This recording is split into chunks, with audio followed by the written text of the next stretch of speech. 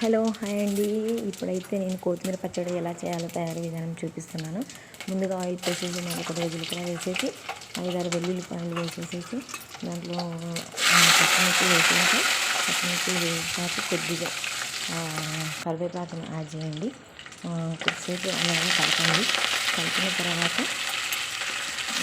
అది కొద్దిగా దూరంగా వేయాక దాన్ని మిక్సీ జార్లో తీసుకోవాలి. మిక్సీ జార్లో తీసుకున్న తర్వాత మిక్సీ పట్టకుండా పక్కన పెట్టుకోవాలి ఫస్ట్.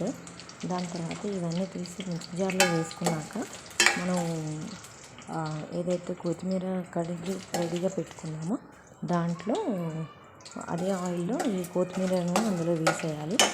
వేసేసిన తర్వాత ఇది పూర్తిగా తీసేయాలి. చూడండి ఎలా అయితే చూస్తున్నాం కదా, ఇది చాలా మంచిదండి హెల్త్కి. ఇప్పుడు అలాగే దాంట్లో మనం చింతపండుని అయితే నానబెట్టి పెట్టుకోవాలి. నానబెట్టి పెట్టుకుని పక్కన పెట్టుకోవాలి. దీంట్లో ఆ కొత్తిమీర వేసేసి వేయించేసుకోవాలి. వేయించుకున్న తర్వాత దాన్ని మంచిగా ఉడకనివ్వాలి.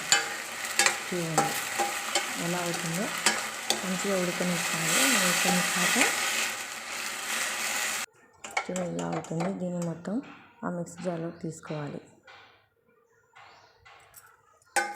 తీసేసుకొని ఏదైతే మనం చింతపండును నానబెట్టి పెట్టుకున్నామో దాన్ని కూడా అందులో వేసాలి. కొద్దిగా సాల్ట్ అది వేసేసి అలాగే ఆనియన్స్ తరుముకొని ఆనియన్స్ కూడా వేసేసుకోవాలి. ఆనియన్స్ కూడా వేసేసుకొని ఒక్కటేసారి కచ్చపక్కగా పెట్టుకోవాలి. దాని తర్వాత పోపు చేసుకోవాలి. పోపు గింజలు చూడండి ఎలా చేస్తున్నాను.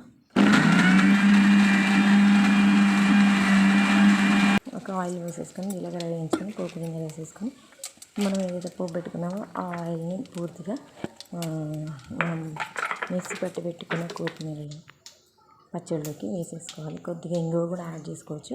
కొద్దిగా ఎండుమిర్చి, కొద్దిగా కొత్తిమీర, కొద్దిగా మినపప్పు, కొద్దిగా శనగపప్పు, కావాల్సిన వాళ్ళు ధనియాల పొడి కూడా యూజ్ చేసుకోవచ్చు.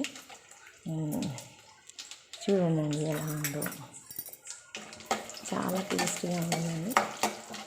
చాలా హెల్ప్ఫుల్ కూడా కొత్తిమీర అనేది. మీరు కూడా ట్రై చేయండి. కొద్దిగా చిటికెడు పసుపు కూడా యాడ్ చేసేసుకొని కొద్దిగా ఇంగువ యాడ్ చేసేసుకోవాలి.